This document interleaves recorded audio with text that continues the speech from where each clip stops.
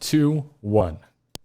Into the Nexus is a production of amove.tv. Bookmark amove TV for other great video games and esports podcasts. Into the Nexus is sponsored by listeners like you via patreon.com/ITN.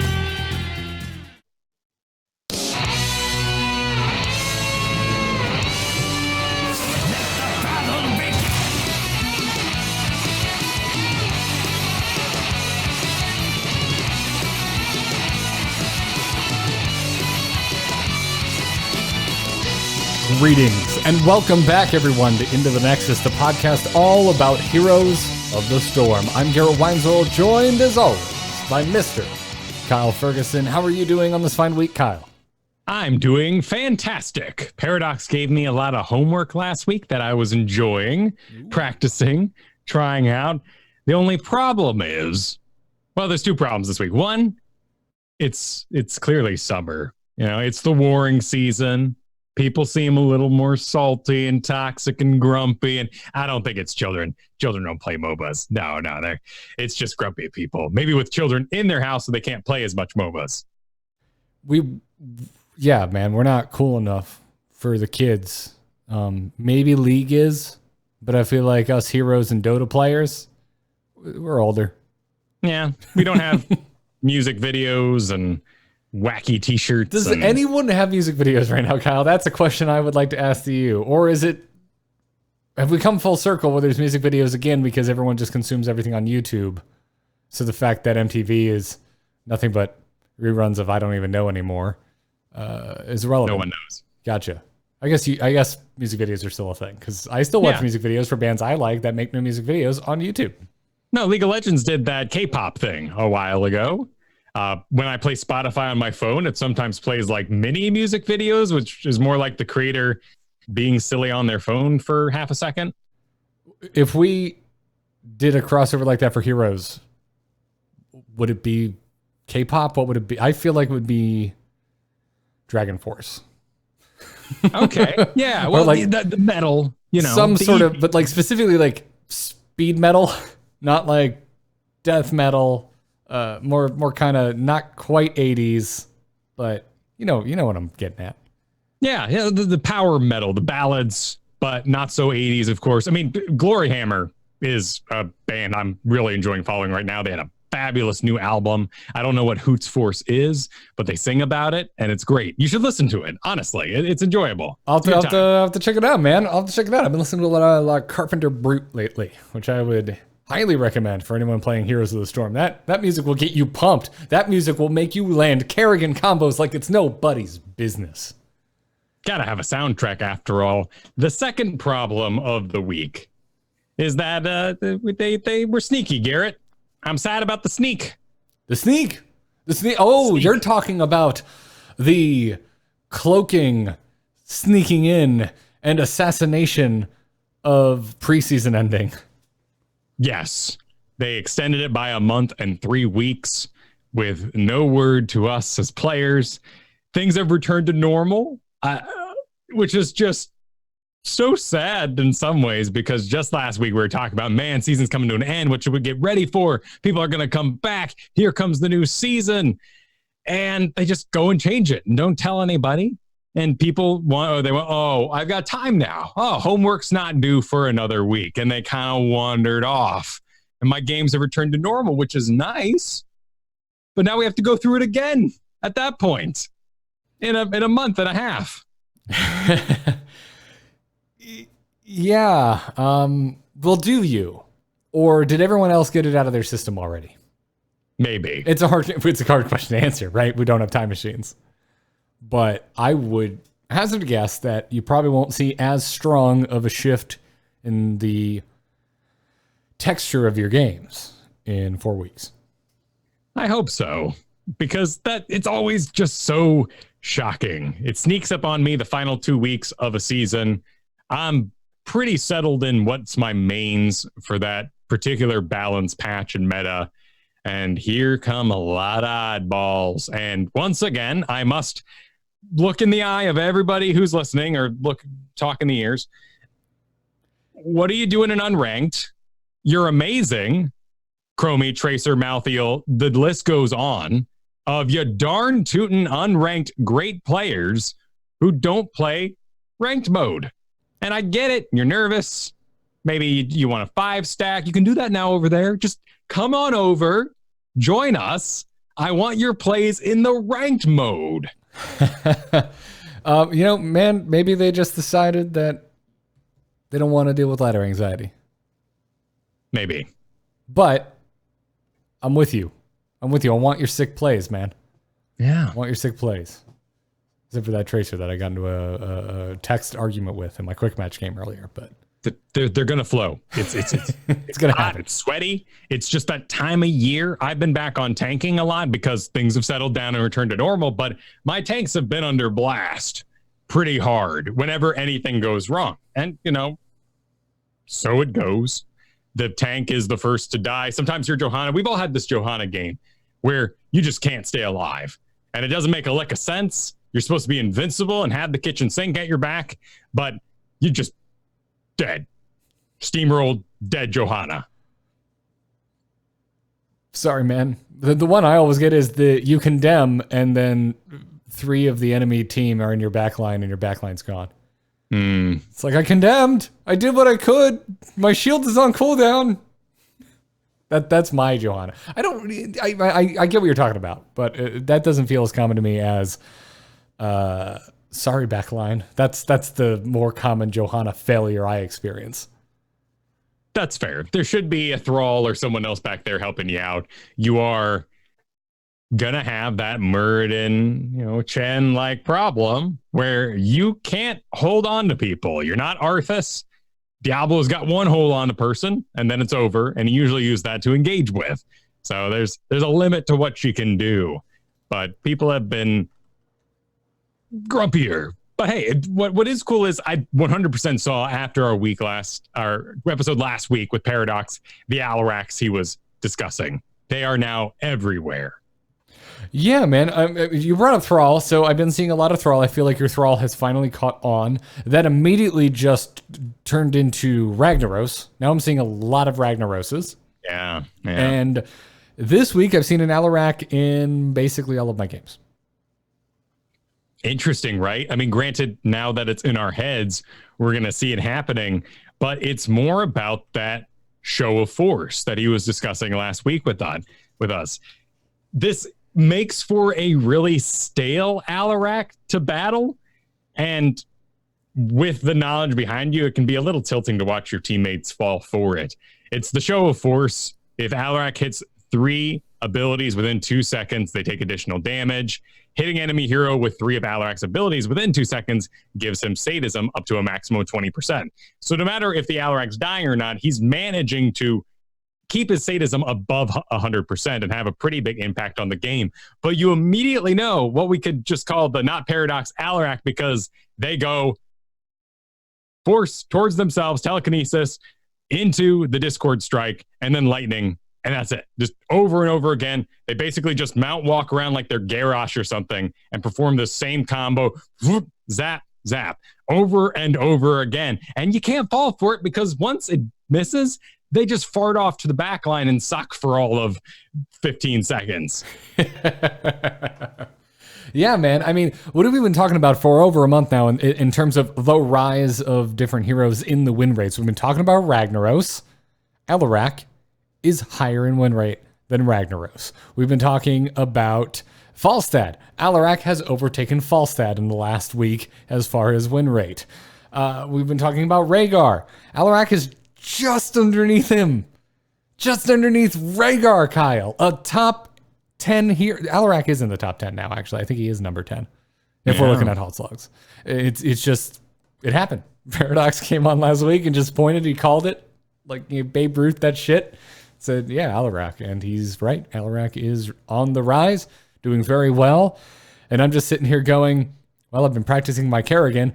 And Kerrigan is nestled right underneath that Rexar under second place with even fewer games played. So I'm just going to stick with my strategy, Kyle, of mastering effective heroes that no one seems to want to play. I think it's a good strategy. Plus, if you are melee. Yeah, my only concern, and I started to have this recently with Rexar as well, is that I'm really not taking a pick away from anyone. My pick is not affecting the enemy draft. Unless they, counterpick, which I have been seeing with Rexar with the Rise of Balthiel and the like. But that's my only concern. But I could see, because Kerrigan has had her ebbs and flows. Now that she has risen to such prominence, at least in public win rates that players are looking at, I feel like her games played number is going to start rising as well. I'm no longer concerned at looking at her win percent. I, as a person who's trying to game the draft system, is now going to be paying attention to that games played stat. I have 3 Kerrigans in my league that I see on my team and against me all the time. But the easy thing about them is they're all named similar things. Kerrigan, and Kerrigan. Oh, I like Kerrigan. I like that. Yeah. But they kind of give the gig away. I kind of want just Kerriganes. Kerriganes, sure. Kerriganes That's good. is like the all of that. That's what I want. I want Kerriganes. That's the one. My God, Gazlo has more games played than Kerrigan. That is insane. What? Quick match. What? Well, no. We're looking at Storm League statistics, aren't we? There. Yes. That's so bizarre. Okay. Anyway, sorry, I'm getting too hung up on stats here right now, but I'm feeling pretty strong about my Kerrigan, dude. I think I'm about to pull the trigger on draft Kerrigan. It's worth getting back in. The rank scene has calmed down. You do need to still be reactive. I'm hearing from a lot of really good players that I know, diamonds and whatnot, that this meta, or at least personality of Storm League, is really frustrating to them because they keep playing correctly and nobody's doing the right thing. So you need to be something that is pick oriented, like your Kerrigan might be, or like this Alarak might be, but doing your top lane Leoric, doing a camp Rexar can just lead to constant frustrations. And that's why I'm back on tank, because it's very influenced by the people around me. When I get onto Thrall, I just keep doing my thing. And when I lose, I just didn't adapt to what happened. I mean, it's kind of what I was getting into last week when I was talking about how I was clearly wrong about Bird of Prey on Rexar. But what I'm realizing now, and what you were just talking about what I think a lot of us are experiencing, and this is anecdotal, we have no hard statistics, but a lot of us do seem to be experiencing exactly what you just described, which is people not kind of picking up on what you're trying to lay down. So if you did go a Merc build Rexar, it's really hard to find someone to cover your lane. If you go and you take a Merc camp, you're gonna be leaving XP on the table, and that's just that's how we fall behind right now. That's how we see massive level deficits, because we've been in this, post major XP change world for a long time now. And so, yeah, like lane presence is more important than it's ever been. It's been that way for a while now. But for some reason, folks don't want to relieve efficient Merc takers of their duty.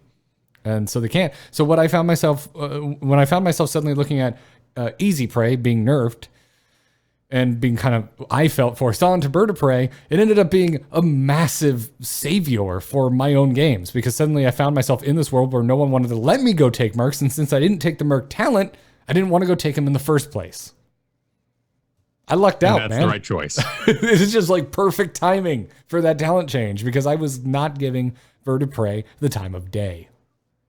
I'm seeing this a lot in old caster streams or previous pro players. A lot of the times this might be a Zeratul or even a Maiev. They are farming a bottom lane, catching some XP on a wall, doing the proper thing. And then they wonder why the whole team is engaging 4v5. And it's just autopilot, and it sucks, but that's currently the world we're sort of in. It's better to let that XP go, unless it's of course going to equal a keep, in which case the game might be losing anyway, and forts and catapults and all that are a whole it depends sort of topic. Speaking of those mobility characters, though, I have been trying out that not Paradox Merc Genji, and I've really taken to it.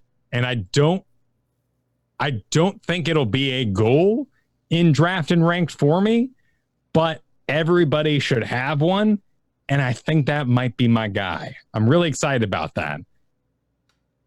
That's really cool to hear. So when I wouldn't have pegged you as a Genji ever.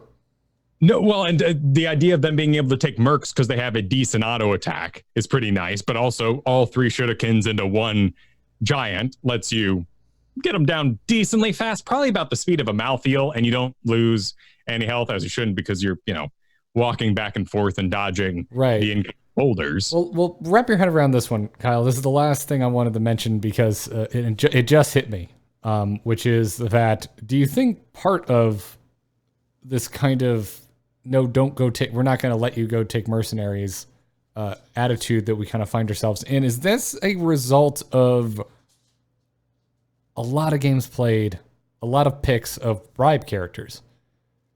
Because Falstad's been really popular for months now. Brightwing's been really popular. Well, Brightwing is kind of always in fashion. There's always pretty high games played. But I've even started, for the last about month and a half, there's been a weirdly notable garnish of murky picks in my games. And the murkies are good. I'm not mad when I see a murky, by the way. So there's a lot of bribing going on. I've seen a lot of bribe in about the last month and a half. So I wonder if that too is a part of this, because we're used to having characters on our teams. I can just walk over, hit a button, and it's taken. That's interesting. And those characters aren't, of course, going to own any solo lanes. Falstad will do okay. There's nothing really wrong with that, particularly if you delay that gray main who is late to the Cursed Hollow objective and stuff like that. But you're right. In that case, our rotating Murky is taking the Merc camp and not relieving the Rexar, the Sonya, the Malthael to go do the camps instead. So we've sort of made our own anti-Merc, perhaps bribe-based gameplay here. Yeah, I think there's enough safe meta picks, and what I say by that are there's enough picks right now that aren't going to tilt your team that have access to bribe that we're kind of just used to it. I think that's my hypothesis for why we all kind of have the attitude that we do right now around merking. Well, we're also just not rotating right now, and I think that shows in the win rates of our main rotators at the moment. Where is Zeratul sitting right now? Because he was in our top for so long, and seems like he's lost a lot of power. Same with Anubarak, of course. Has been falling, which I find odd because I have noticed the same thing as you with the lack of rotations happening in games right now, and that's what I'm kind of attributing Kerrigan's rise to. I think a Kerrigan that can have map awareness and notice when I think I can get a gank top or I think I can get a gank bottom and go and report. I don't think a lot of players are keeping their eye on the minimap as much nowadays. Yeah. That red circle disappears. You don't notice that the Kerrigan's coming from you. And to me, that's what I'm really liking about Kerrigan right now. We talked about last week with Paradox about how, if you're kind of getting frustrated in the play of your teammates, that a character like Anduin is fantastic because you can make up for mistakes that your team is making. I prefer capitalizing on mistakes made by my opponents. They're going to run into a wall eventually when your opponents stop making mistakes. But the same could be true of your own teammates. As you climb, if you're climbing through fixing the mistakes of your teammates, cool. You're going to hit a wall there. If you climb through capitalizing on the mistakes of your enemies, you're also going to hit a wall there. So I don't think there's a strong argument against or for either train of thought. Looks like Zeratul's down actually 3% this week to 47, hanging out with the likes of Nova, Junkrat, and Garrosh. I think a lot of this is also due to the fact that we don't have a Braxis right now. So our Maevs, Genji, Zeratul, Medivh is included in that as well. Our wall jumping characters don't really have a map they're shining on to increase their win rate. So with those gone, they're just going to fall naturally. But that's what I mean by being excited about having a Genji for my roster. You should pick one of those four and be good at it, because at some point it'll be called upon you to take up that mantle and be able to go visit top lane Braxis when it's back in rotation. Until then, these win rates will continue to go down. Look at Sammy. Sammy's hanging out at 48%. He tends to be a lot higher when we have Volskaya hanging out in the rotation. Yeah, it's strange. It's strange. It doesn't paint as direct a narrative as I was kind of hoping to find as far as when we're talking about the rotation or lack thereof right now. I still see plenty of rotation on Spider Queen, but pretty much anywhere else, yeah. Yeah, I think Spider Queen with its 2 turn-ins is a lot like Dragonshire. If you're not rotating to at least go from mid to visit bottom, you're just not helping anybody at all. Top is its own world. The tops can get left alone forever. And I too have been in those games where they're asking for help. Top lane Thrall is fighting, let's say, Imperious, who can eat his lunch if he's doing well. And Thrall's like, guys, please, somebody help. And they're like, no, you're playing a different game than us. We're down here doing our thing. You need to win that matchup. Get to it. Not the attitude I see in my games. As cranky as we all are, when folks ask for help, I do see people rise to the occasion. That's great to hear. Which makes me happy. Thank you. Thank you, Heroes players. We may fight sometimes, but when the going gets tough, a lot of you seem to just want to flex your abilities, I guess. So, anyways, dude, we've got a rework, a long-awaited rework, a rework that affects some of the most diehard, albeit maybe smaller amount of players of the game we like to call Heroes of the Storm. So we should get into it and talk ourselves some Chen. We're on, boys! Ha-ha! Let's liven up this place! Point me to the stage. Stay a while and listen. So, on the PTR right now, you can go and play yourself a reworked Chen. It's finally coming, Kyle. That's right. 1.3% of the player base rejoice because it's time. Where my drunk monks at? Where are you at? You know you love them. Get ready. Here comes. Honestly, we're joking right now. There's a lot of unknowns here. There could be a ton of power in this kit. There is a lot of new shinies. He is extremely complicated if you choose to build him outside of just a brawly kind of mode. If you're hoping to aid your allies, do some peeling, basically just not play the old fat Illidan style, there are some really cool tools for you to invest in. And it's going to be a pretty high skill floor and ceiling for you to experiment with. I soloed a boss on Chen. You can do that now. Level 13, if you so desire. It gets easier at 16, even better at 20. You'll be gone for a while, but you can absolutely pull it off. There's really cool stuff here. It really comes down to where his power is because of the, let's say, unstickiness of the character as a main tank. He will still be a bruiser. That means he needs another tank to help actually peel. If he's free to go on the back line, how's his damage? And how does he match up against the current star in solo lane, Imperious? Off the top of my head, it feels like Imperious would still win out. Like if I had to choose between the two. You are not re-achieving the Chen dream of drinking through Vala wailing on you. That is a thing of the past. No, I mean, you straight up can't because of the way they've moved his abilities around. Yeah, that's true. There's a lot of downtime. Have that ability anymore. Well, let's talk about just what the hell happened. So his W is being changed in that it's kind of being combined with a Z. So your W is still Keg Smash. The bird cost has been increased, by the way. It went up 10 mana. So be aware of that, Chen players. But it has new functionality. You're still going to smash your keg. It's going to deal damage. It's going to drench affected enemies in brew. We're familiar with all of this, Kyle. This sounds familiar. Correct. All right. So that brew is going to be on the enemy for 3 seconds. It's going to slow them for 10% for the first half of that 3 seconds. So for the first 1.5 seconds, 10% slow. For the back half, for the final 1.5 seconds, the slow is increased to 40%. We're used to seeing degrading slows, not end grading, not increasing slows. So this is unique in this way. And in the dev comments, they did say, hey, we wanted to allow for counterplay here. So, okay, I can see this. I can see this when we look at what happens next. So you hit W, you smash your keg down, you drench your enemy in brew. Now they're slowed. Well, now your W becomes a new ability. It becomes Breath of Fire. This is that combination of the W and the E that I was talking about.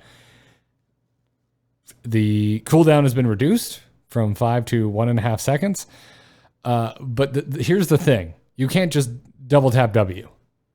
That's when my brain first went. I'm like, oh, this is really intuitive. I'm just going to double smack W every time I want to, do a combo. No, Kyle, I can't do this because I cannot activate Breath of Fire until 1.5 seconds has gone by after I've used Cake Smash. And then once you Breath of Fire, it turns back into Cake Smash, which continues its 5-second cooldown that I was sitting on. So gone are the days of Chen leaping to you, smash breath, smash breath. You are forced to have some clunk here of 1.5 seconds as you wait for the slow to increase, which will increase your aim, but your mouse is going to have to move. And this means counterplay is available. And in fact, Blizz AZ Jackson got on the Reddit this week and basically said this is entirely intended so we could work in that counterplay. And this also allows us to increase the power of Breath of Fire talents, allowed to have other augments to it, because Chens were always going to hit their Cake Smash followed by the breath every time. Yes, yeah, it's a difficult thing to wrap your head around if this is a character that you've been playing for a while, because you're used to being able to have that instant ignition. You're just used to that satisfaction of smash, flame, good. But you're right. This opens the door to have so many more dials to adjust, to play with the power level so much more, because now this is skill-based. And you will miss. I missed a lot. Yeah. Yeah. I think once we get into the muscle memory of waiting to hit W again after 1.5 seconds, it's going to become very easy, because a 40% slow is a huge slow. So once you just have it in your brain what 1.5 seconds is like, and you stop targeting Vala, you're probably going to start having a really good time.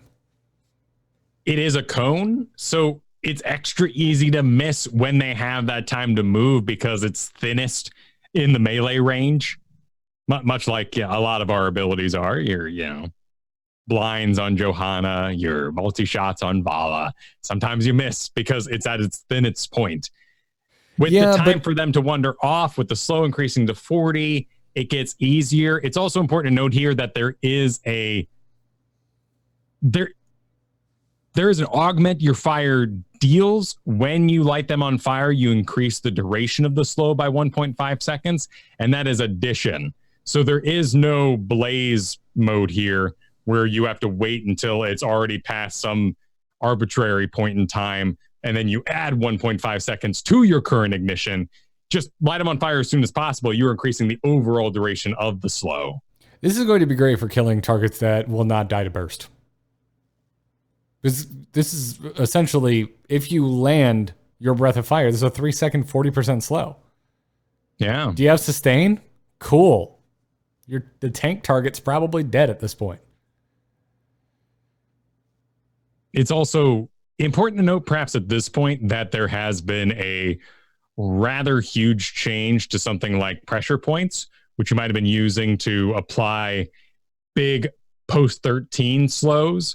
That talent is now a flying kick slows the enemy target by 35% for 1 second. And if you still have shields available from your fortifying brew, then it goes to 70.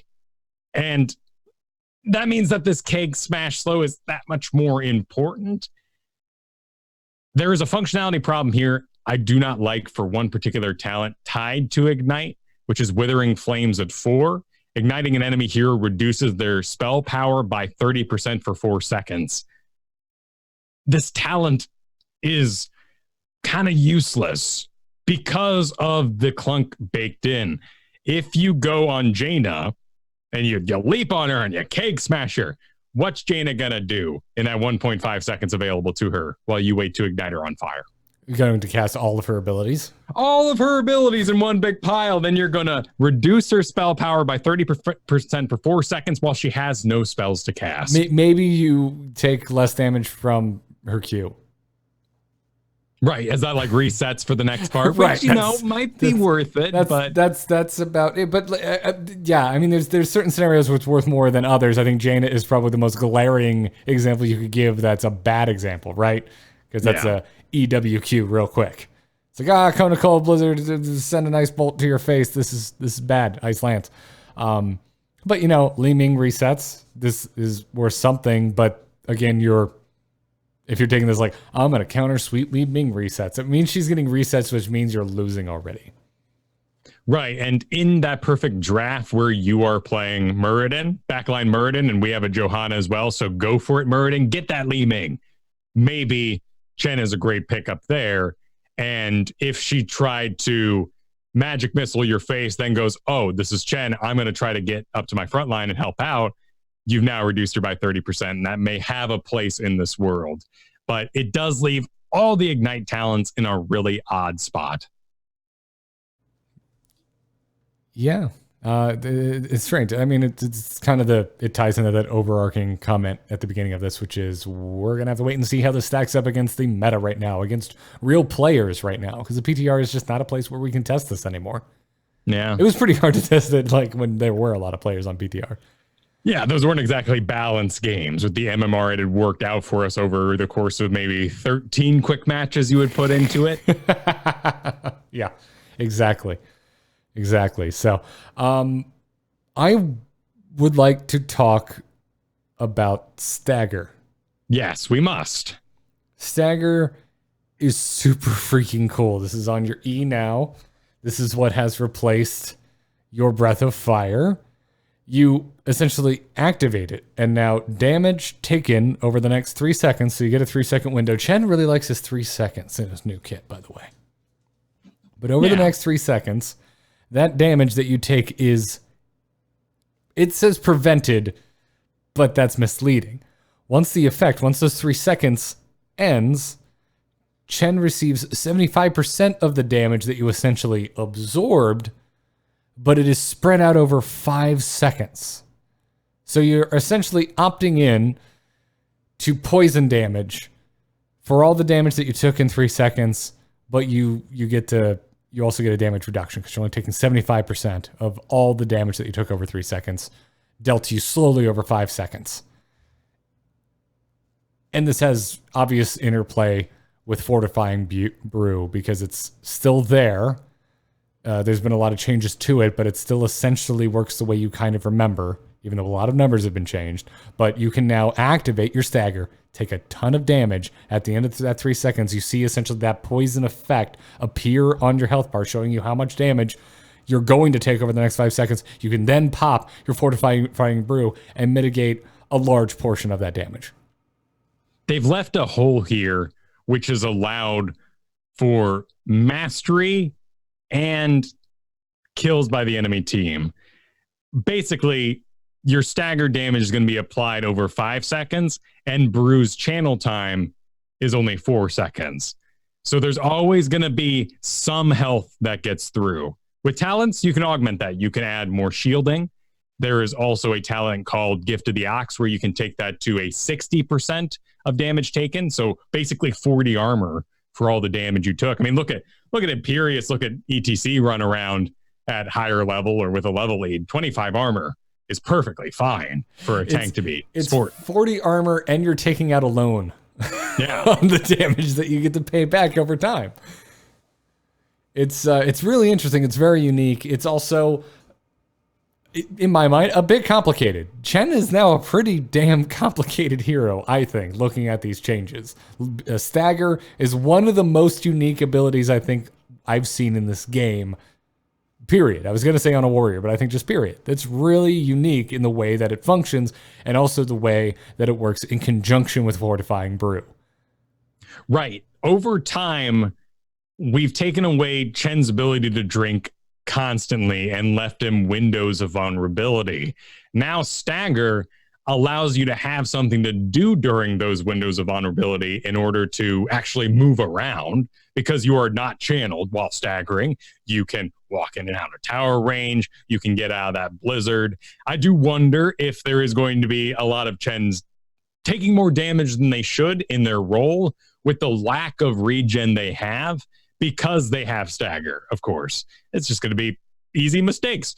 You drop a blizzard on Stitches, he'll probably walk out of it as fast as Stitches can go. Chen, maybe he might hang out in it for a little longer because he took out that loan and he's not worried about his credit score right now until later on. Right. It's a good point. But So we have windows of vulnerability due to the way the previous rework on Chen changed your drinking. You now have a window of vulnerability of 1 second where you cannot drink through your stagger damage.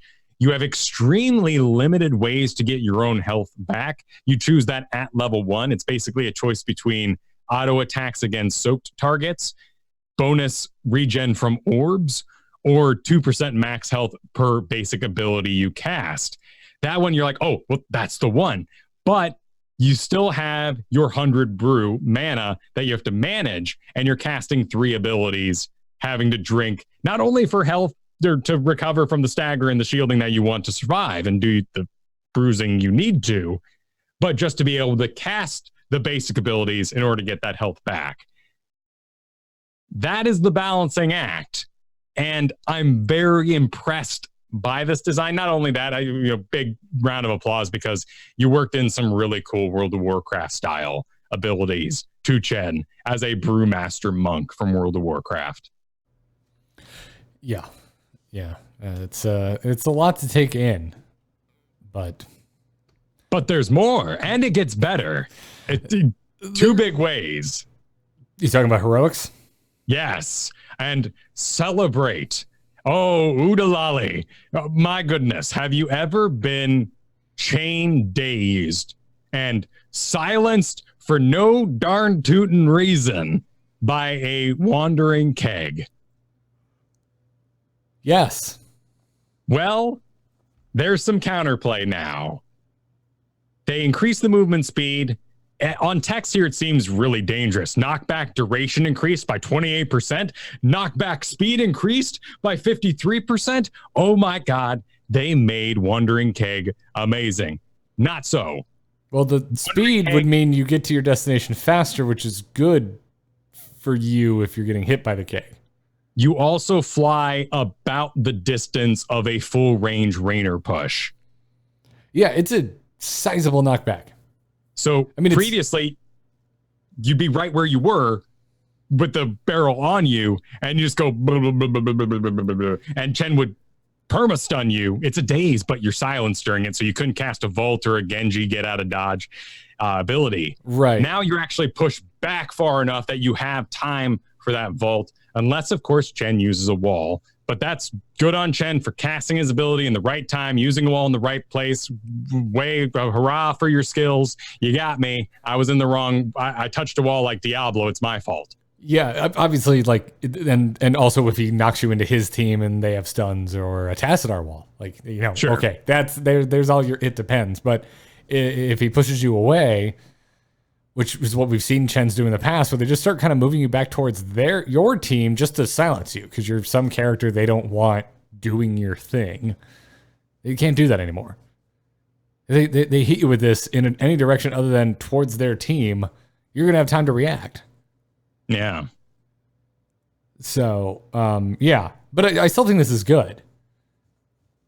Because if you do manage to get this off in the direction of your team, your job is done. You've already smacked them so far into enemy lines that your team can probably take care of the rest. You now have the rest of your duration of your Wandering Keg to mess with the other 4 members of the opposing team that are probably trying to save their friend.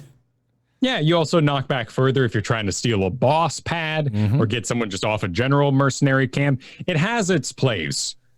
However, there is one big, huge, stinking advantage for Storm, Earth, and Fire. And that is that you stance change, you form change. Much like Samuro, you are out of existence.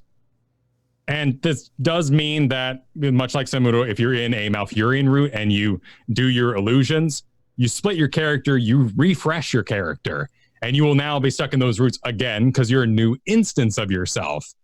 For Storm, Earth, and Fire on Chen, though, this means you pop out of existence and all stagger damage that was on you is gone, dismissed to the wind. This is, to me, it seems like this is going to really push the pick rate in Storm, Earth, and Fire's direction, at least from the onset. Because now, post level 10, you can just take stupid amounts of damage with your E and then hit your R and negate all of it. Yeah, it's an old Tychus trick too, where you would use healing minigun, stack up how much healing you want, and then jump in your Odin, breaking off your existence as Tychus and becoming Odin and applying that heal instantly. Like a quick little cool trick.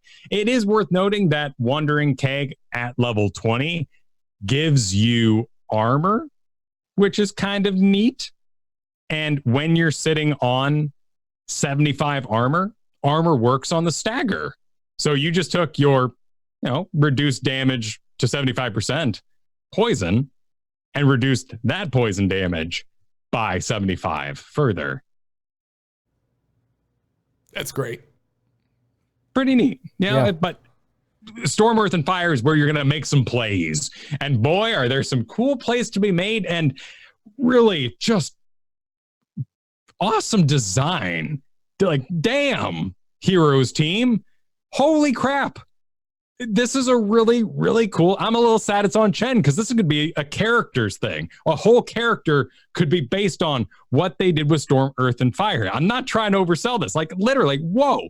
So, Storm, each of your Storm, Earth, and Fires have abilities now that take your Q, W, and E.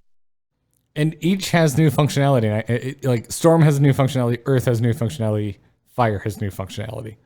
Right, so Fire is on fire. He does little quick attacks. He's got an aura around him that deals some spell damage.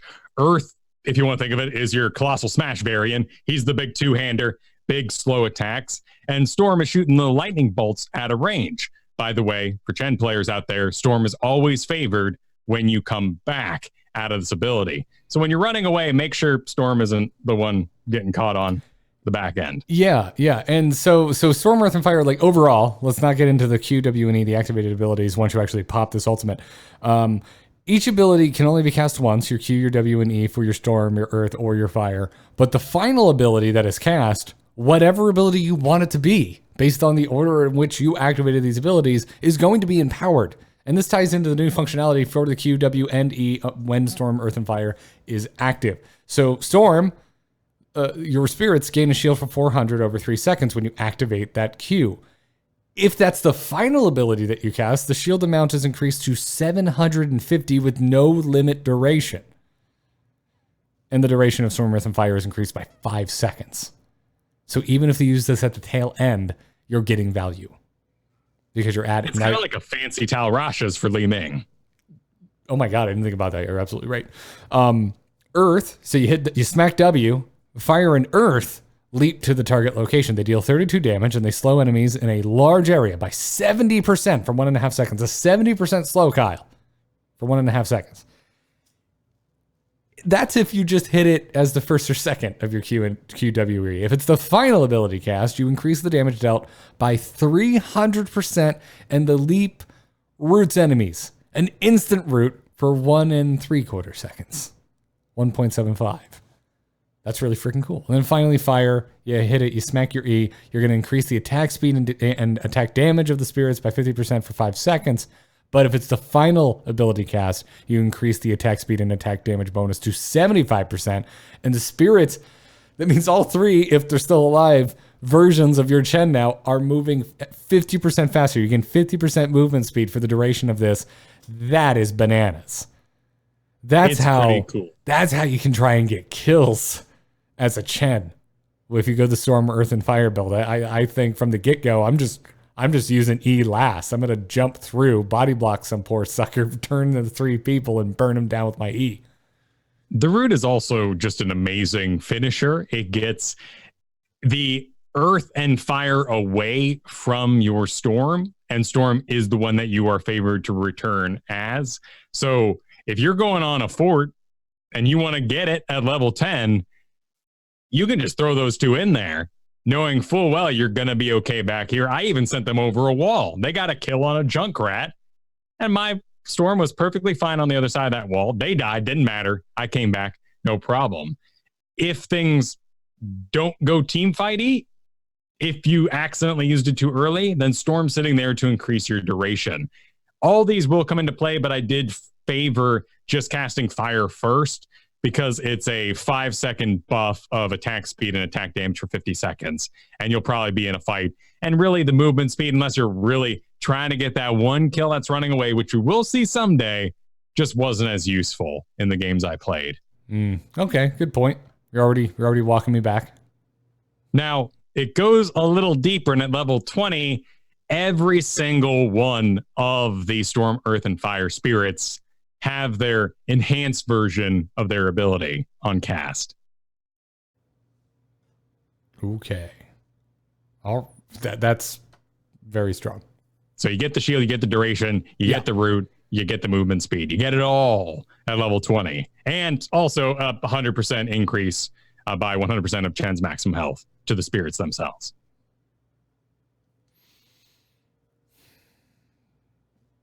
Kyle, do I want to play Chen now? Because I kind of feel like I want to play Chen now. It's going to take a lot of work.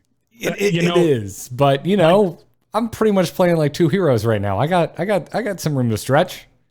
That's fair. It's easy to be like, who's a high skill cap hero? Oh, Genji. No, you take all the knowledge you learned while playing other heroes and apply them to Genji. You count cooldowns, you wait for Uther and ETC to get their stuns out of the way, you go and you do a deflect, and that's your unique part, and then you hit your E and escape kind of for free.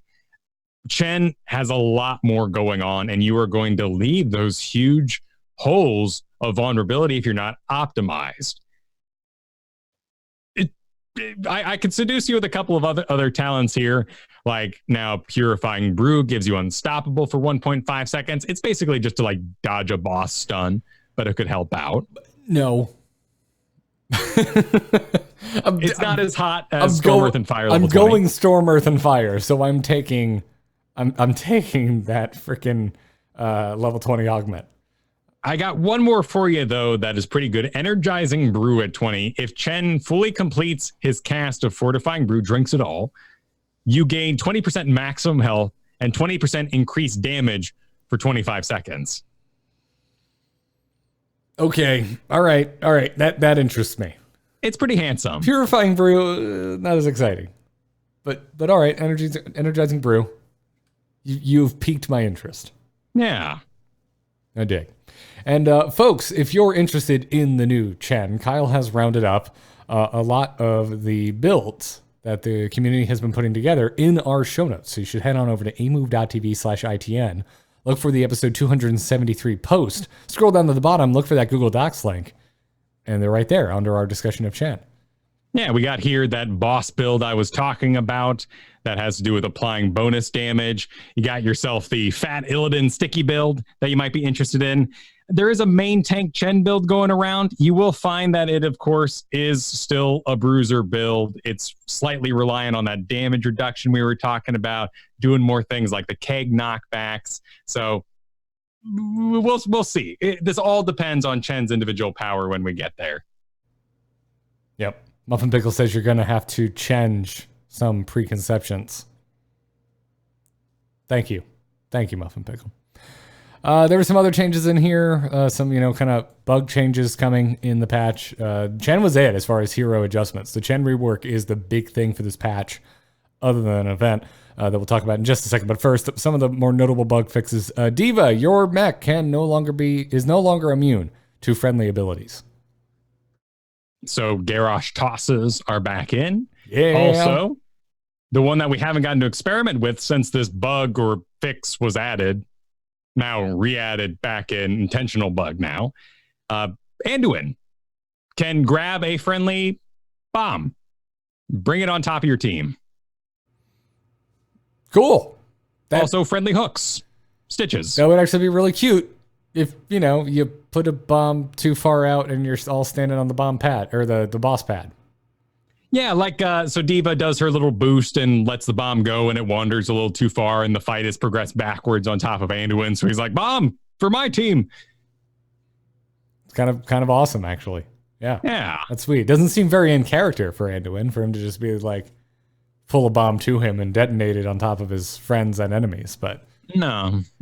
In this world, that bomb wouldn't affect his friends, so I guess it's okay. He's been hardened by the Nexus. Yeah. Anyway, Sylvanas, I'm really excited about this change, or this fix. Minions who are possessed now properly remove all friendly damaging abilities that were applied before they were possessed.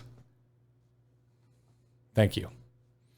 And then in Uberak, Cocoon is no longer disjointed by teleports. It's going to now redirect, similar to Pyroblast, but can fall off if the teleport is far enough away. You can still do your dodge as I know it. This is where the Cocoon is midair, and as it would connect, you teleport on Zeratul or Li Ming.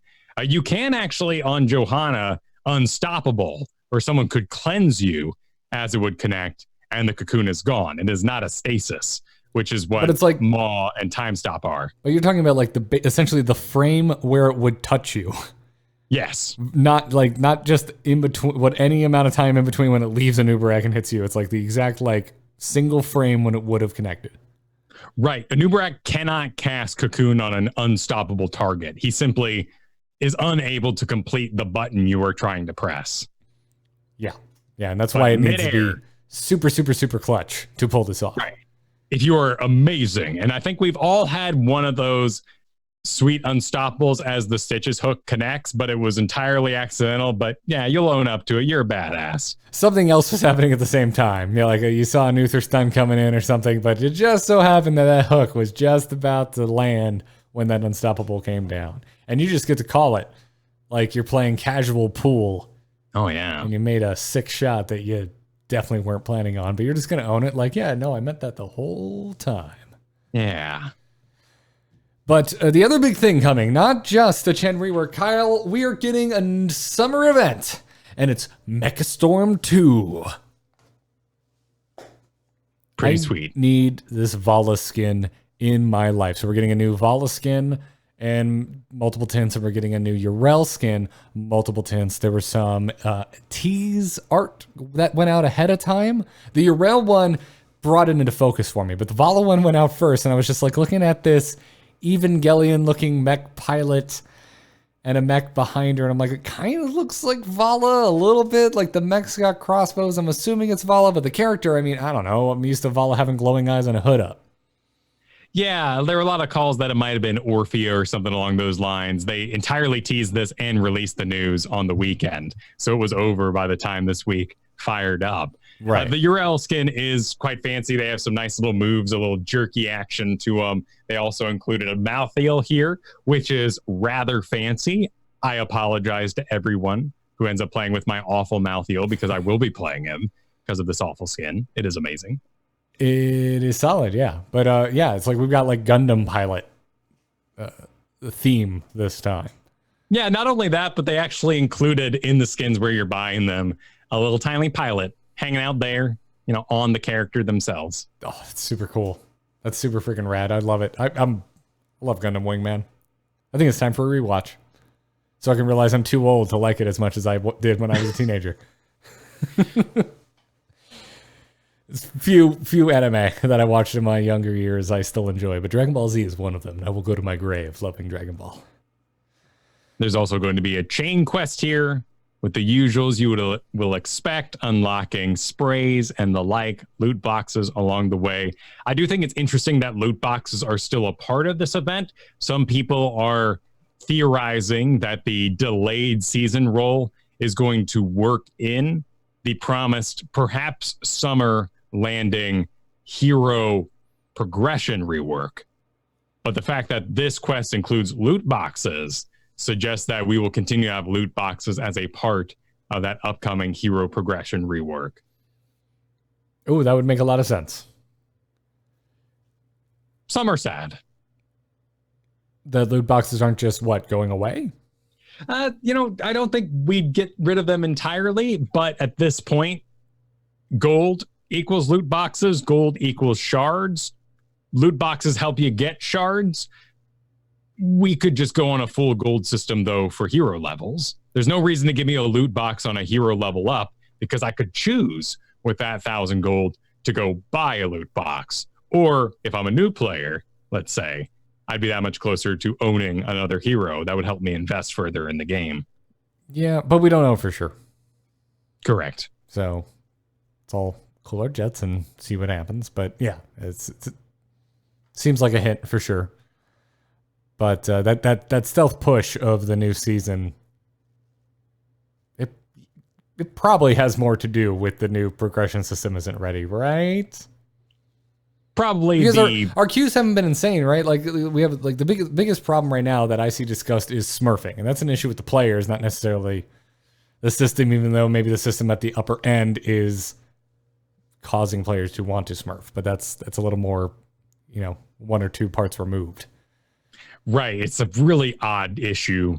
We have fixed the smurfing for the casual player in a lot of ways, because it used to be you could place into plat and diamond and the like.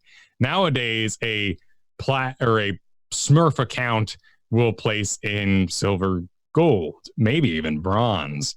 That isn't what the streamers are doing. They're actually being gifted accounts that are so low by players, either leaving or changing over to their main now smurf account.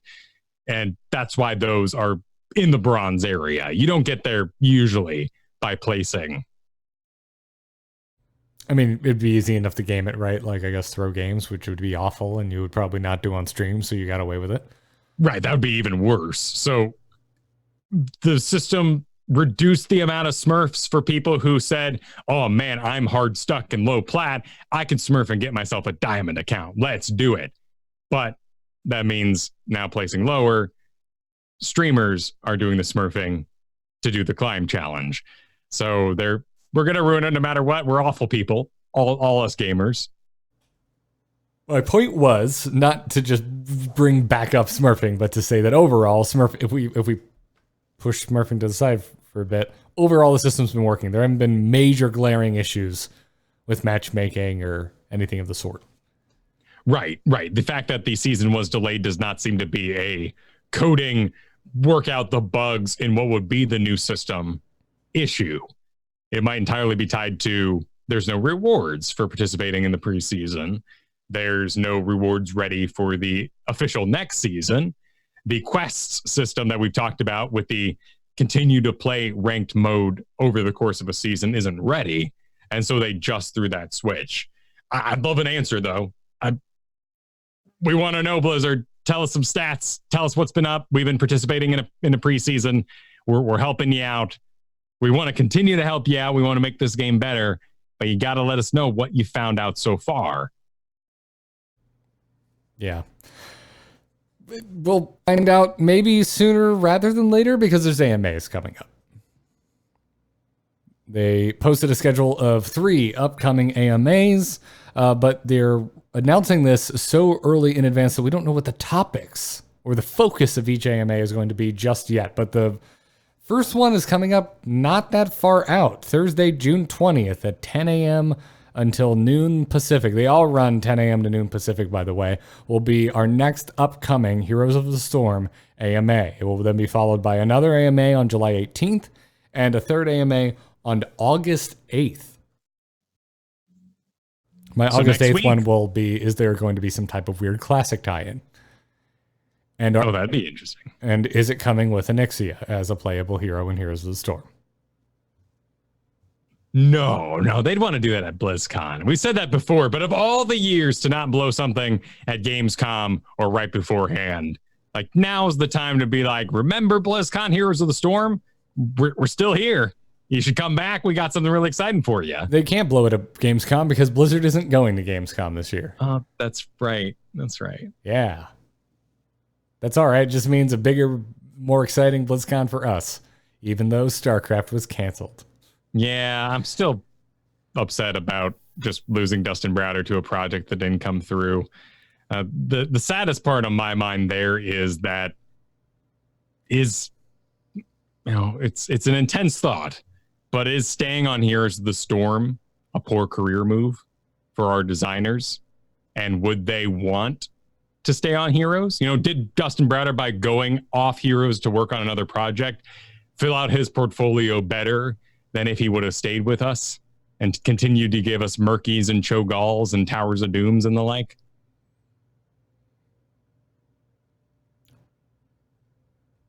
I don't like speculating on people's inner decisions, I guess. Sure. We have absolutely no way of knowing that. No, we don't. Absolutely. My thought is, Kyle, the idea of a StarCraft shooter is a brewing. You're the previous game director for StarCraft. You think you might be a little interested in working on that? Maybe it was your idea in the first place. That's and it got true. picked up. And yeah, man, I mean, I gotta, as a creative, new projects are enticing. There is something very sexy about something new, about starting from scratch, about, as we've been seeing with high-level players starting Smurfs, there's something adventurous about starting over again. Like WoW Classic. Yes. And a game I look at and I'm like, you're going to need seasons eventually. Diablo figured it out. I think WoW Classic is going to have to figure it out, especially when they run out of new content to add, because the new content that WoW Classic is going to have is finite. If it's successful, I think we're going to see Classic BC. But that's me getting off of Heroes of the Storm, and I'll end that little brain nugget right there. I do think seasons are a great idea for a game like that, because you could say, sign up for our server 3 months, 6 months, 1 year, get as far as you can, and we'll leave a trophy on your account in some way. You can go look at your 3D model spin and what their achievements were during that time. Yeah, I don't know. I mean, we already have seasons in Heroes. So there's not much to apply here other than maybe shorten them a bit. I mean, we're getting into a subject that I wasn't really ready to talk about, but this does tie in a little bit maybe to the Smurf discussion and the fact that we just extended the season by another month. Well, it is an interesting idea because it's not the same. And we can't apply the logic from World of Warcraft because you don't go make a level 1. Here, your MMR carries over. You can take months off and start to increase the range, the flexibility of your MMR. And when you return after a long time, it may propel you based on fewer games into other places. But there's no way to say, I would like to join as a new player. Find me a spot, level me up again. And would I want to rebuild my roster by buying heroes? Well, hang on now. Okay, hang on now. Oh, no, all right. Well, what if we did like a hero draft? Well, a seasonal hero draft. Yeah. The more we're talking about Smurfs, man, the more I want them to like gamify Smurfing. Yeah, dude. Just like opt in. Just opt in. Like, I want, let me be a, I don't know what you would call it, like low rank champion or whatever, but opt in to send your butt into Bronze League and start the climb all over again, but you can't group up and you're going to be matched against another Bronze team that has one Smurfer. All right, dude. Yes. You open a Heroes pack and inside you open your Bruiser pack. You get a selection of 4 Bruisers. And you pick which one you want. You open your tank pack, you get one, and then you head into a ranked mode where you only have one of each role. Wait, you need 16 because there has to be bans and stuff. And that wouldn't really. They want to climb. They want to show that. They want to apply their game sensibilities and capabilities in a group of lower skilled individuals. That is not going to solve that issue. No, but I'm now talking about something entirely different that I'm totally into. Okay, all right, okay, that sounds cool. And as long, okay, we're done with Smurfing. We're done. Moving on. Heroes draft. You open packs of heroes, and once you have 16 heroes, it's over. Like Magic the Gathering or WoW or Hearthstone Arena. And those are your 16 heroes for the set season. Okay, because what we're essentially playing is sealed. We've got everything. We're looking at everything we're ever going to have, and we need to make something work with it. You're talking about, let's restrict that pool even further. And we could look at something. Actually, oh my God, Hearthstone Arena is a great example of this. They have a bucketing system where they kind of grade cards and group them together. You know, these 30 cards are kind of all the similar power level and have a similar effect. They're going in this bucket. These 20 cards all kind of have the similar effect. They're going in this bucket. And you see them pop up together. You could do that with heroes. Yeah, okay, like the Murloc thing. If you start picking more Murlocs, you get more Murlocs, right? No. That doesn't happen in and that's one of my biggest complaints about Arena. Yes, it does not happen. You should not take Murlocs. It's a terrible drafting strategy because you have no guarantee you're going to see more Murlocs. Okay, I was kind of excited because like you take Lily and then the chance of Johanna starts increasing or Cassia. That would be cool. It's something I wish Hearthstone would do in Arena. And if we're brainstorming a new game mode for Heroes of the Storm out of thin air, the sky's the limit. Why not include that? Or maybe don't, so that it's less likely. But I mean, there's other synergies, right? Yeah, no, other things could happen, or you just start picking more auto attack heroes. You have a chance to see more auto attack heroes. But I'd rather people have a full blown roster. They pick up 16.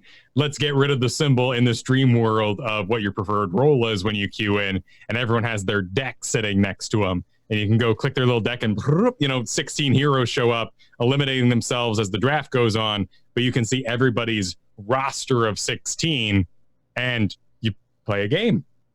You sign up for 2 weeks, a month, 3 months, and that's how long you have that for.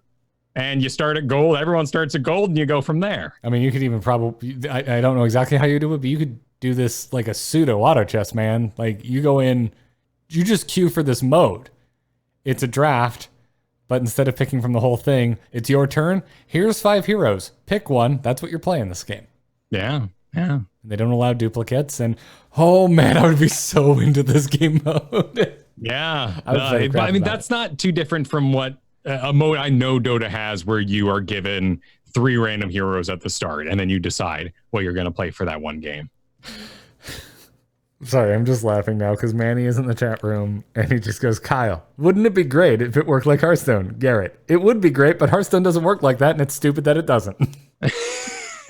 Well, that's why I play Slay the Spire. That's where I'll end it. Fair. Have you tried Slay the Spire yet? Did you get to that? It's on my hard drive, but I haven't launched it yet. I'm sorry. Okay, all right. Sorry, I've been distracted. I've been on a gaming just like ADD spree this week, man. I tried Wolfenstein. I tried Elder Scrolls Online. Elder Scrolls Online, by the way, really freaking good.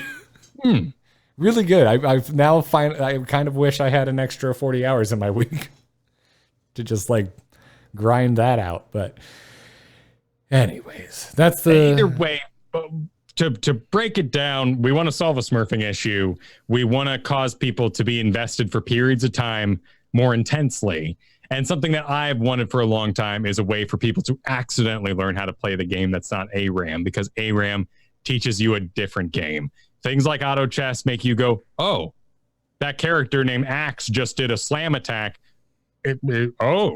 Maybe if I played a normal game, I would get to do a cool slam attack. And you start to learn the bits and pieces and put them together. Yeah, I still require some level of control. There's randomness is fun in a controlled environment, in my opinion. ARAM, it goes too far. It's too random. But oh man, dude, a draft within a draft would be super cool. I'd love it. And I'd love the idea of that puzzle of just someone being like, we got Nana. I didn't draft Anna. Did you draft Anna? No, I don't. I've got a Lily. Oh, crud. Well, you got a white main? Oh, that's pretty low tier. Like, what? Let's make it work. Yeah. Oh, dude, like, imagine the UI, like, by everyone's hexagon, 5 other hexagons slide out and you see all the portraits. And you see them hovering. They highlight as you hover over them. Ooh. Yeah. It's your fault you drafted it if someone's like, play X, and you're like, oh, I'd have to, then why'd you pick it? Like, too late now. I love it. I love it, dude. God. I'm too excited for a thing that will probably never happen. Anyways, before we take a couple of emails and wrap the show up, let's thank our patrons supporting us over at patreon.com/ITN. The support for our Patreon lately, Kyle, has been nothing short of stupendous. It's great. We've had a lot of support.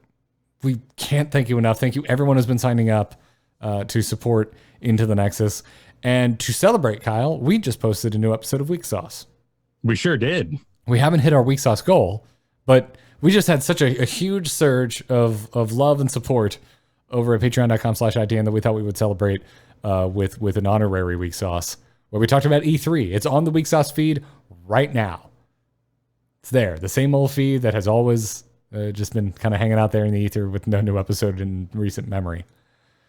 But if you would like to see Kyle and I do more content, talk about things outside of Heroes of the Storm, or just support this fine program, head on over to patreon.com/ITN. You'll get access to things like the Patron Discord, where if you have your Patreon attached to your Discord attached to your Patreon account, you just automatically are added to the Into the Nexus Discord. And Kyle, how would you describe the people that hang out in that Discord?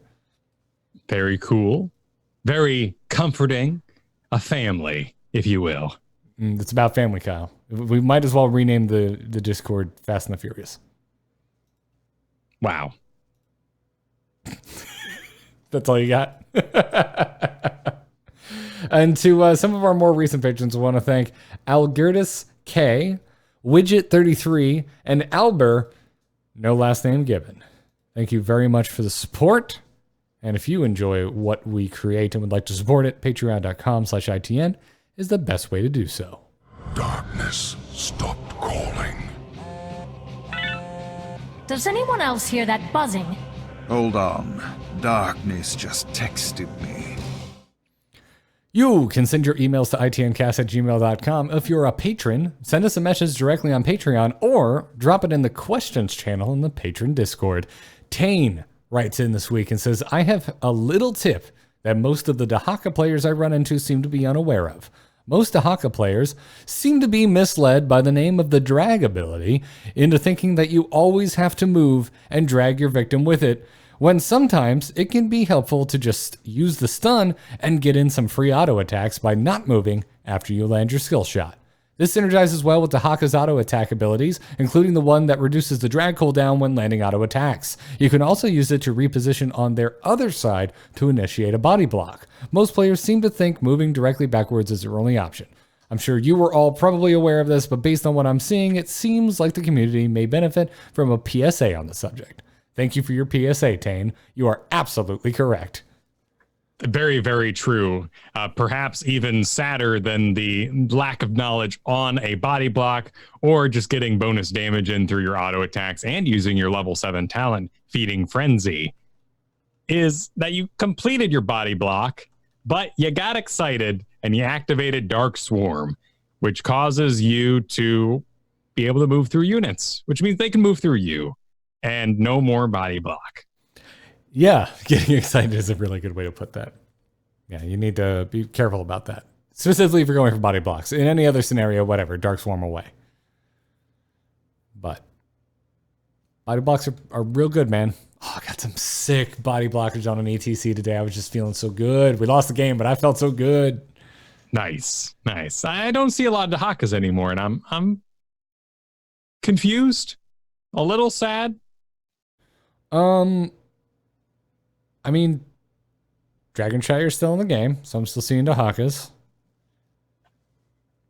I didn't see that many on Braxis, but I feel like I should have, because you know what's really nice is suddenly making the top lane 2v1 suddenly out of nowhere. Yeah, we haven't done that in a long time, globals on Braxis. You just get so stranded for so long. Yeah, but if you have access to it on something like Braxis, it's great after you win the bottom fight. Yeah. If you do it and there's still an equal number of players up, you're just risking losing bottom at that point. But looks like he's still in 14% of games. His win rate's above 50%, so he's still doing all right. As a hero, I don't think I will ever get good with. I am a bad Dahaka, and I'm definitely not interested to become better. I think Dahaka would be... Well, one, he doesn't have a bribe talent as a global, and Brightwing, Falstad do.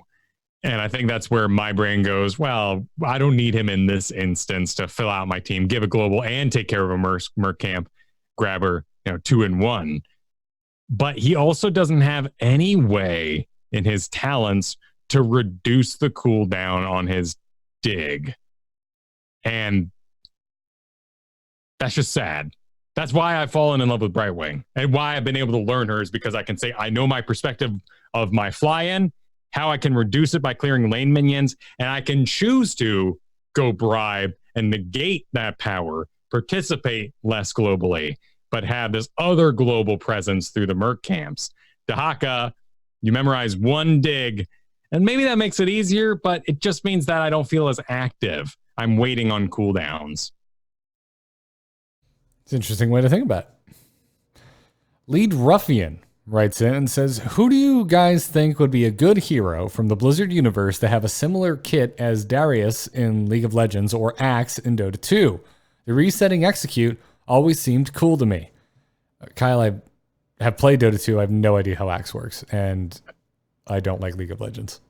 Okay, well, both these characters have a killing blow that has a cooldown refreshment if you get the killing blow. Axe's Culling Blade, Darius has Noxian Guillotine. These are, if a character is below a certain percent, you sort of jump in, delete them, and maybe have another delete after it. And Greymane has one of these. Go for the throat. If you get a kill, you get to go for the throat on something else. We use it as a mobility ability, but we used to go for kills with it. Yeah, I mean, you remember when Greymane first released, man? And we were all just trying to get those 6 zigzag go for the throat multi-kills? Yeah. I had an infinite one once, got the whole enemy team with that level 20. So how would you make something that worked more like Axe, where you wouldn't use it for mobility and you would just use it to kill? Would you just not have mobility on it and maybe have it deal more damage so that it's worth standing still? I mean, frankly, I would like an arms warrior in this game. We have Varian, but Colossal Smash, that's not what I think of when I think of an arms warrior. I think of reducing your healing through Mortal Strike and then just killing it with Execute and standing still during a lot of it. Yeah, I'm not sure the ability, as it is on Axe and Darius, functions in Heroes of the Storm because of the way our healers work. With Axe in particular, you would slam a hero and you would do bonus damage if it would kill them, if that makes sense. They're below, let's say, 35% health. You deal 200 damage, but 300 damage would be enough to kill them. So the ability would do the extra damage to finish off the kill. Otherwise, you hit them at high health that just deals 200. I thought when I saw Colossal Smash Variant initially at BlizzCon that we were going to get one of these Execute style abilities because it's Execute and he's got Heroic Strike. He's kind of our World of Warcraft warrior. And there's no Execute on his kit. I think Colossal Smash is better the way it is because you can actually lead with it. You're not just farting around to get a kill, which doesn't matter because you're not farming stacks. Here, Axe gets fed and is able to complete a kill and steal the gold from his own team, making it a little more valuable. All right, we rework Varian and Garrosh simultaneously to where Varian just loses Colossal Smash entirely. Varian can only pick between tanking or Twin Blades, and Garrosh can only pick between tanking or some sort of arms warrior variant. Oh, that's interesting. Would you do taunt Colossal Smash instead of the deadly spinny boy? What is it called? I do it too. It's a lot of fun. You shouldn't do it because taunt's amazing, but if I'm in quick match playing Garrosh, I totally do it. I actually have no idea what the ability is called because I've never taken it. Decimate, is it? I think. There you go. Yes, Decimate. Yep. Yeah, man. I mean, not even Colossal Smash, but maybe a more traditional Execute. Yeah. I think it'd be cool to have warring warriors that can pick their spec. And Varian and Garrosh seem like a good duality to have. Or just give Garrosh 3 things to choose from. I mean, we have Genji resets, we have Li Ming resets. Gul'dan has a health funnel ability. Drain life cooldown recharges 100% faster while it's channeling. If an enemy dies while under the effects of drain life, the cooldown is instantly refreshed. So we do have some refreshing abilities in the game, like Greymane, but a straight up Execute World of Warcraft style is always a really cool idea, and I love it in raiding because I believe Warlocks had one maybe in the past. I'm sure Shadow Priest had one at some point, but boss gets below 30% health and you start guaranteeing your victory, and the warrior damage just starts flying up crazy. I remember that in Karazhan. Warriors were pretty bad on the charts, but we got to that final third, and all of a sudden things are pretty rocking. I don't remember what it was for Warlocks, but it's Shadow Word Death for priests. Yeah, that's right. Yeah. Except for the whole hurting yourself thing. Did you hurt yourself with Shadow Word Death? You used to if you didn't get a killing blow. Oh, gotcha. Okay.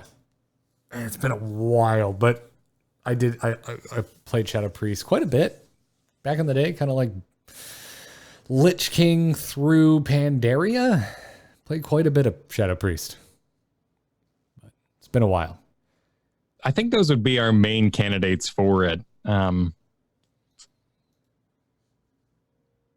No, I think that's it. I think that's it. I would like to see another spec hero, another World of Warcraft spec hero like Varian. Yeah. Who don't we have yet? Death Knight Arthas. I mean, let's pull up a World of Warcraft list here. How do I even do that easily? If I had the game open, classes. If it was, you're just looking at Warcraft classes. Okay. Because we got a Death Knight, we got Arthas. Yep. Our Druid is Malfurion. Uh-huh. Our Hunter is Rexar. Confirmed. Although not what I think of, not what anyone who plays World of Warcraft thinks of when they think Hunter. Yeah. So we're missing a Feral Druid. And then, Kyle, are we going cat form or bear form? Or did we get a Druid that has the option of the two?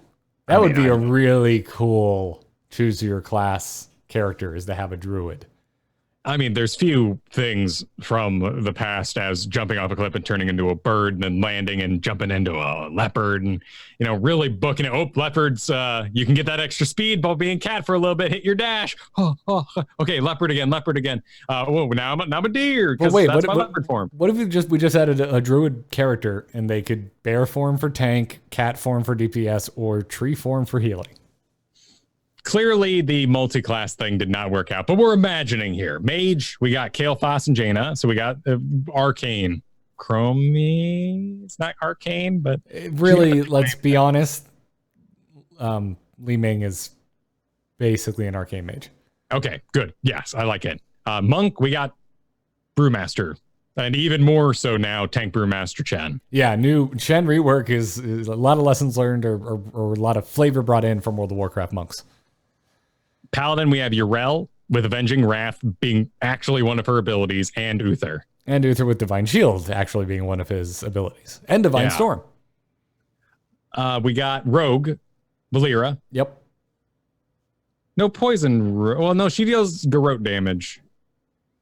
So, yeah. I feel like Valera kind of checks most of the boxes for Rogue. I mean, unless you want, which I would love to see, is the new combat, or not combat, what the hell is the swashbuckling Rogue? No, I think it's combat, yeah. But the swashbuckling. It's not called combat anymore. Gun in their face thing. Yeah. That would outlaw. Thank you. God, couldn't get that out. I've been playing one right now, but I don't really look at the name of my spec all that often. No, combat's a thing of the past. Yeah. Shaman. We have Rhaegar. Yeah, Rhaegar. Thrall. And Thrall. So we got both Shaman. Yep. Healing enhancement.